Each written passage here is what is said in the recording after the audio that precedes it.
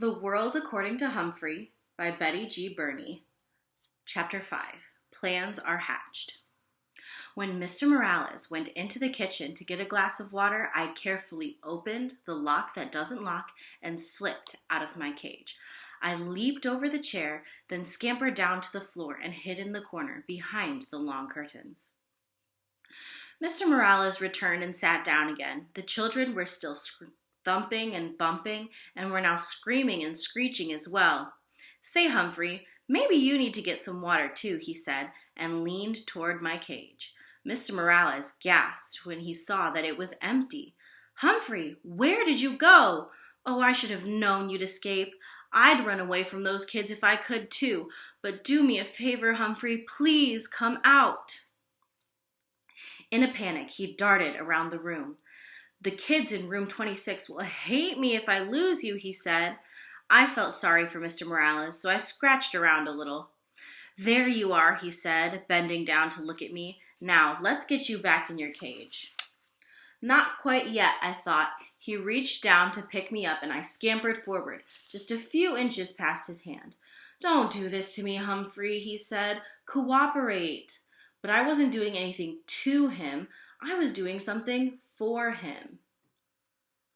"Work with me," he said, but this time to himself. "Maybe, hey, that's it." He looked down at me. "With your help, Humphrey." Mr. Morales really swung into action then. He raced upstairs. The thumping and bumping stopped. When he raced back downstairs, Willie and Brenda were with him. "Close all the doors, Willie," he said. "But, Dad," Willie whined. "Close them," his father repeated firmly. "Now." Willie closed all the doors. "You two scared poor Humphrey with your screaming and poking and thumping. We may never see him again," he told them. Brenda burst into tears. "Humphrey's dead," she sobbed. "No, Humphrey's too smart for that," Mr. Morales told her, "but he will run away if you two aren't nice to him." Right. You have to be pretty smart to be a principal. Now, do you want to help me get Humphrey back?" "Yes," the children shouted. Mr. Morales explained the plan. He said the only way they'd get me back in my cage was if they worked together. And they could only work together if they listened to him, really listened.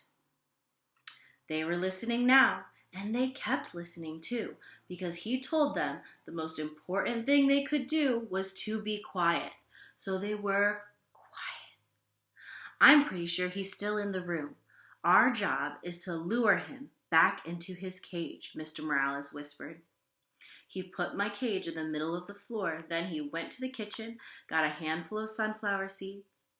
Willie and Brenda helped him make a trail of sunflower seeds across the floor leading up to the cage. "Good," said Mr. Morales. "Now we have to be very, very quiet and wait for Humphrey to come and pick up the seeds. But if you say anything or even move, you might scare him." "We'll be quiet, Dad," said Willie. Brenda agreed. They all sat on the sofa. "Do you think it will work?" Willie whispered.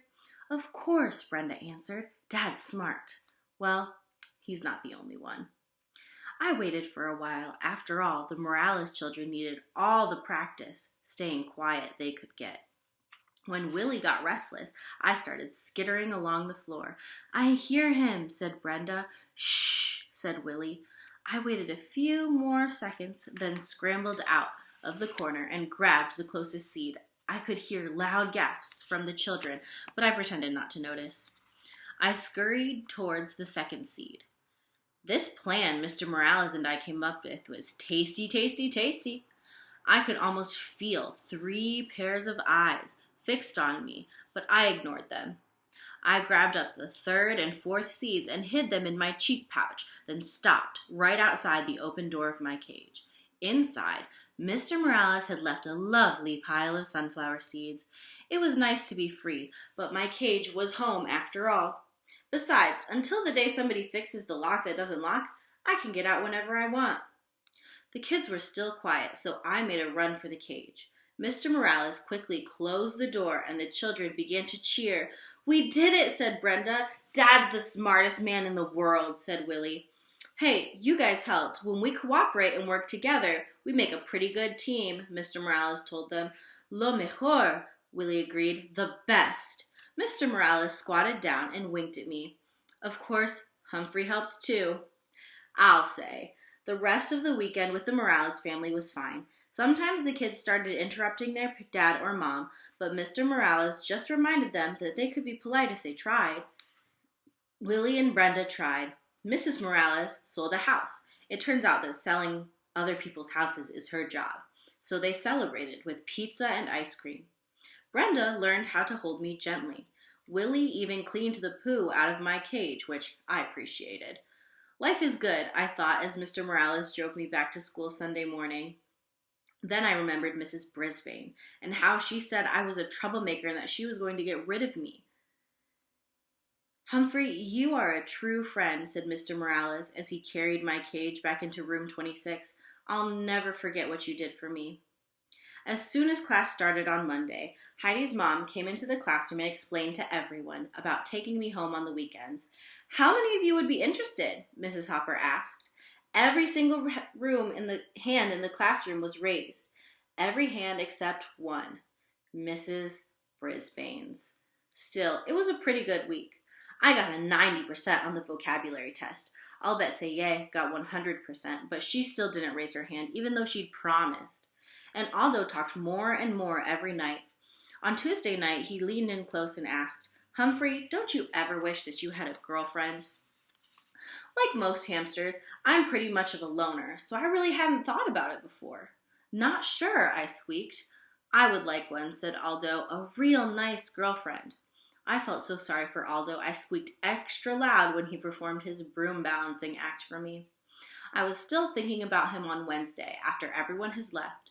While there was still light coming in the window, I meandered outside the cage to help myself to any mealworms that Heidi may have left behind when she fed me earlier in the day. The table was covered with newspapers, and while I nibbled, I browsed the news. All of life was there on the pages of the newspaper. Births and deaths, lost pets, sad, sad, sad, funny jokes, good news and bad news. Then there were the ads. My, there were so many stores, not just Petarama, but Shoesorama and Foodorama and Books Galore and Wide World of Tools, and there were other ads too. One in particular caught my eye that afternoon. It read, Work nights? Lonely? Want to meet others who work nights? The Moonlighters Club, for people who work at night. Meetings are held during the day on weekdays. Hikes and outings to restaurants, parks, plays, movies, and much more. There was a name and a phone number at the end. I could hardly believe it. This was exactly what Aldo needed. I could already see him smiling and happy, going to parks and plays with the Moonlighters Club and having a girlfriend. But how could I get Aldo to read this ad? He'd probably just throw it away. Still, if I cut it out and left it in a place where he couldn't miss it, well, maybe. Hamsters can't do scissors, but we have nifty teeth. It took me a while to nibble out the whole ad neatly, but I did a pretty good job. Then I stood the clipping up against my cage. Aldo couldn't help but see it if he looked at me, which he always did. That evening, I was more anxious than usual for Aldo to arrive. When he turned on the lights, I squeaked hello right away. Greetings to you, my little friend, said Aldo as he pushed his cart into the room. You sound like you have something on your mind. You bet, I tried to tell him. He ambled over to my cage and leaned down to look in. What's happening, Humphrey? He asked. I saw his eyes light on the scrap of newspaper. Hey, I can hardly see you. He reached out and pushed the clipping aside. Read it, I squeaked right out. Of course, he didn't understand. He didn't even look at what the ad said. He just set it down next to the cage and leaned in closer.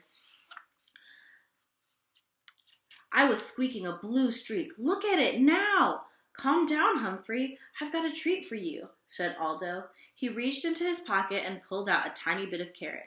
Your pal Aldo would never forget you. My heart sank. You try and help a human and they don't even pay attention. But as you know, I don't give up easily. I squeaked happily while he balanced his broom on one finger as usual, but my mind was on the Moonlighters Club and how to get Aldo there.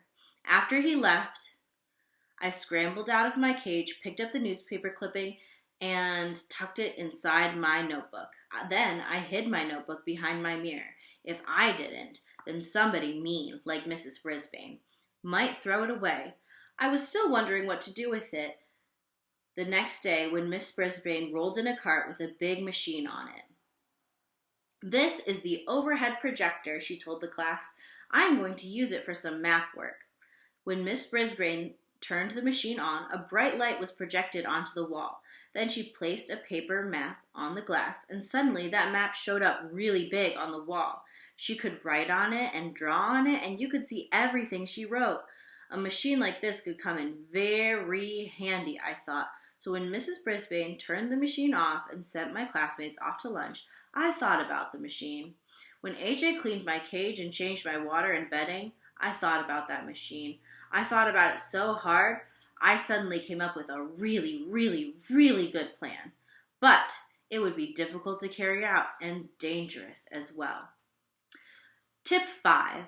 If a hamster manages to escape his cage, you can sometimes lure him back with a trail of sunflower seeds. From Guide to the Care and Feeding of Hamsters by Dr. Harvey H. Hammer. And that is the end of Chapter 5.